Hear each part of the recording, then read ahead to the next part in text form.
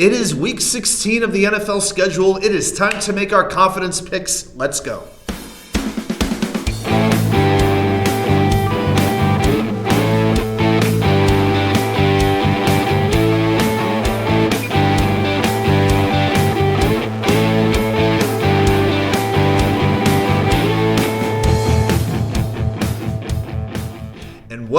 Well. Welcome back to New York Sports WickerMedia. I'm WalkTK99. Thank you, as always, for taking the time to watch these videos. So let's do what we do every week. We pick every game on the NFL schedule. We don't pick against the spread. We pick winners. All right, and we've got 16 games to pick, and we're going to do it confidence style, just like always. We rank every game from 16 points to 1 point. 16, the game we've got the most confidence in. 1 point, the game we've got the least confidence in. But before we do that, let's take a quick look back at week 15. Had a pretty good record. We went 10-6. Got off to a really good start. Got the Thursday and the Saturday games right, but slumped a little bit later on in the week. Got 100 points. And for the season, we now have a record of 127 wins and 81 losses, 1,205 points. As far as where we rank overall, we went up 0.1 percentage points last week. We went from 93 to 93.1%. All right, well, we went up. Let's go up a little bit further this week. So we got 16 games to talk about. The Thursday game, as I record, has already happened. Sorry, I was not able to record. Had to drive 3 hours right after work. Just didn't have the time to do that recording. But let's get started with the number 16 game, the game that I think is, maybe the one slam dunk that I have 100% confidence in, and it's the Buffalo Bills at the Los Angeles Chargers of San Diego on Saturday. If I had to make one bet this week, it would be that Josh Allen completes more than the 7 passes that he did last week. You know, the Bills offense, I think, will roll. I don't see Easton Stick keeping up. You know, Buffalo, they got a little bit of good mojo going, but if the season ended today, they would still miss the playoffs. So they're still desperate. And then the Chargers are without their franchise quarterback, their number 1 wide receiver, their second best defensive player. Give me the Bills on the road. Best bet, 16 points. Number 15, the Las Vegas Raiders at the Kansas City Chiefs. That'll be a Monday game. The Chiefs are still trying to get that first round bye. I think this game is going to be pretty close. The thing is, you just don't know what you're going to get from the Raiders 1 week to the next. If this game was in Vegas, I would really think about taking them in an upset. But the Chiefs in Week 12 scored 31 points against the Raiders. That was their second highest scoring output all year. And Patrick Mahomes is just excellent against the Raiders. Since he began starting for Kansas City in 2018, the Chiefs are 10-1 against the Raiders, averaging 35.5 points per game. So give me the Chiefs at Arrowhead with my 15. Number 14, the New England Patriots at the Denver Broncos in Mile High Stadium. I'm taking Denver. That defense played terribly against the Lions last week, but I think being back home for a Christmas Eve game, that'll be exactly what they need. And of course, we all know what the New England offense is. Not very good. Ramondre Stevenson will not play in this game. Bailey Zappi will. And Russell Wilson just has a much higher ceiling than Bailey Zappi. So I just think that if you play this game 10 times, I think Denver wins 8 of them. All right, so give me the Broncos with the 14. Number 13, the New York Giants at the Philadelphia Eagles. This will be a Monday game. The Giants are taking on their daddies. Let's be honest. It's the first meeting between these two teams all season. I know the Eagles are very shaken right now, having lost 3 in a row. And that offense, wow. They have scored under 20 points in each of those 3 games.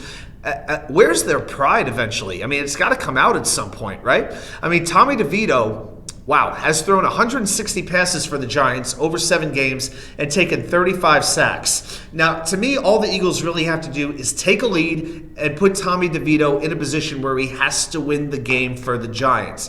If that happens, I think the Giants' offensive line is going to look like a sieve, which will allow the Eagles to roll. So it's one of those games. The Eagles have to, they can't let the Giants hang around, I don't think. All right, number 12, the Green Bay Packers at the Carolina Panthers. I'm taking Green Bay. They've lost 2 straight, even as bad as their defense played last week. I just think against a beleaguered Panthers team, all they need is just a good Jordan Love, and it'll be plenty enough to win. All right, number 11, I already made this pick. This is the Saints-Rams Thursday night game. I had picked the Rams. I got it correct. Basically, I just felt confident that the Rams had the better offense, the better quarterback, the better coach. The Saints may have had a more well-rounded roster, but I just really liked where the Rams' offense was going. I felt it was going to be way too much. So, and Kyron Williams is just the difference maker. But at home, I was pretty confident the Rams would win, and they did. So I have 11 points off of that game. Number 10, the Cleveland Browns at the Houston Texans. C.J. Stroud is out again. I think the Browns have enough to win this game, even with Case Keenum as quarterback. I think the Browns are just destined for a playoff spot. And you got to give credit to Kevin Stefanski and Jim Schwartz, the head coach and defensive coordinator, respectively, of the Browns. I think they go on the road and win this one. Number 9, this is a huge tank game, but it's not that one. It's the Arizona Cardinals at the Chicago Bears. You know, the Bears defense has gotten better and better as the season has gone on. Chicago has allowed 20 points or less in 4 of their last 5 games. Now, I think this is the most impressive stat. Before Montez Sweat came over from Washington, the Bears were 23rd in total defense and 28th in scoring defense. Since that trade, the Bears are 5th and 7th in those respective categories. And I just don't think Kyler's going to thrive on the lakeshore with the wind and with the cold. So give me the Bears at 9 points. Number 8, the Jacksonville Jaguars at the Tampa Bay Buccaneers. A lot of people really picking Tampa Bay in this game. As of this recording, we don't know if Trevor Lawrence is going to play. I just think the Jaguars are going to be able to do this. I think Travis Etienne has a big game here. You know, the Jaguars are 6-1 this season against teams from South divisions, the NFC South or the AFC South. And heading into Week 16, the Buccaneers have allowed an average of 263 passing yards per game. That's 31st in the NFL. I think the Jaguars will do enough to win this game. I will say if Lawrence doesn't play, I will probably drop this down a little bit. But right now I'm going 8 Jaguars, and that is predicated off the presence of one Trevor Lawrence. Number 7, the Detroit Lions at the Minnesota Vikings. Give me Detroit on the road. Minnesota has lost 3 of 4. Detroit wins. They clinch the NFC North. I think their defense is going to have a better game against Nick Mullins. I think the Lions would relish an opportunity to clinch a division at a division rival. I think they win this game. Number 6, the Seattle Seahawks at the Tennessee Titans. Will Levis, the Titans quarterback right now, is practicing on a very bad ankle. You know, Seattle is playing on a short week, and they're coming off an amazing victory, but Geno Smith should be back. I just think Tennessee took a very, very tough loss, losing to a beat-up Houston team in overtime. I think all that really has to happen is that the Seattle offensive line neutralize the Tennessee pass rush. If they do, those wide receivers, that 1-2-3 threat on the Seahawks will put up some gaudy numbers. And also, I like Kenneth Walker to have a pretty good game, and Seattle is 6-0 this season when they hit 100 yards rushing. I think that will happen. Give me the Seahawks on the road. Number 5, the Washington Commissaries at the New York Jets. We get to watch these two disasters face off. There may be more total plays in this game than there will be people in the stands. You know, you just have to wonder, do either of these teams have any heart or any desire left? You know, you never really can tell, but Ron Rivera is all but certain to get fired. Robert Saleh is all but certain to stay for the Jets. I just think the Jets defense is the best unit that either of these teams can feature. And you know what? Washington's more of a passing team anyway. That will play into the hands of the Jets even more. Sam Howell has been sacked over 50 times this year. And the Jets' D has allowed just 16 points per game to opponents who have records under 500 this year. I say the Jets win close in a very ugly, boring, nasty game. All right, number 4. Let's look at some good teams here. Possible Super Bowl preview. The Ravens at the 49ers, a Monday game. How good is this, man? With Brock Purdy, the Niners are averaging 30.4 points per game, 402.6 yards per game. But if anyone can slow down San Francisco, it's probably the Ravens defense. They're allowing just 16 points per game, best in the NFL. Plus, on the ground, they're averaging 163 yards per game rushing. That is first in the NFL by more than 20 yards. The run offense is ridiculous.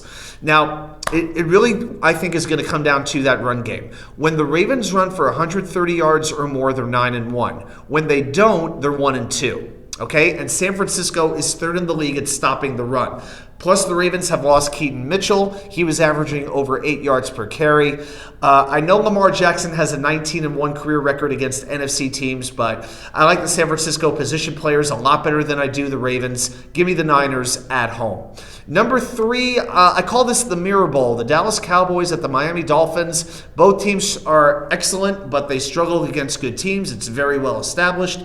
The Dolphins have played 3 games, 3 teams this year, that are above 500, and they've lost by an average of 16.3 points in those games. Okay, the last time, by the way, the Dolphins beat a team that entered the game with a winning record? October of 2022.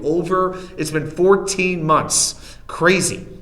Now, we know Miami has a fantastic passing attack, but Dallas has allowed just 177 passing yards per game, 4th fewest in the NFL. A big reason for that is Stephon Gilmore, Deron Bland. But here's my worry with Dallas. They just gave up 266 rushing yards to Buffalo. They're not really known for their ground attack. Okay, Dallas was missing Jonathan Hankins, their run stuffer. He suffered a high ankle sprain in the second half of Week 14 against Philadelphia. And I think that Raheem Mostert and Devon Achane can have a pretty big game on the ground. So I think the Dolphins' running attack is going to be the difference in this one. Give me Miami with the number 3 pick. Number 2, the Indianapolis Colts at the Atlanta Falcons. This is a tough one. Taylor Heineke stepping back in for a desperate Atlanta team trying to stay alive in the NFC South race. Indy is playing well. I think they're the most overachieving team in the league this year. I'm going to stay with the Falcons at home. They got a little bit more desperation, I think, than the Colts do. So I'm going to take Atlanta with a very unconfident number 2 pick. And finally, number 1, the first Saturday game on the menu, the Cincinnati Bengals at the Pittsburgh Steelers. Well, the Steelers have lost 3 games in a row. They've never lost 4 in a row under Mike Tomlin as their head coach. Now, Mason Rudolph will be quarterbacking. So Rudolph, with his nose so bright, will be in at quarterback tonight or tomorrow night. Maybe he gives them the spark that they need and will guide the Steelers to the next level. All right? I don't know. But no Jamar Chase is really going to hurt Cincinnati. I know T. Higgins probably can step up. The Steelers are missing Minkah Fitzpatrick and the despondent DeMonte Casey in their secondary due to suspension. I got to be honest. I want to root for Cincinnati to win this game. I just like Pittsburgh at home. I think Rudolph has a good game. But yeah, that's a tie one. That is definitely the game I have the least confidence in. All right, guys, those are my picks from 16 all the way down to 1 and only 2 more weeks of this to go. If you have any thoughts on my predictions, put them down there in the comments. If you've got any predictions, let's see them. Thank you, everybody, for watching. We'll see you once I'm back in the wicker chair. Have a great rest of your day.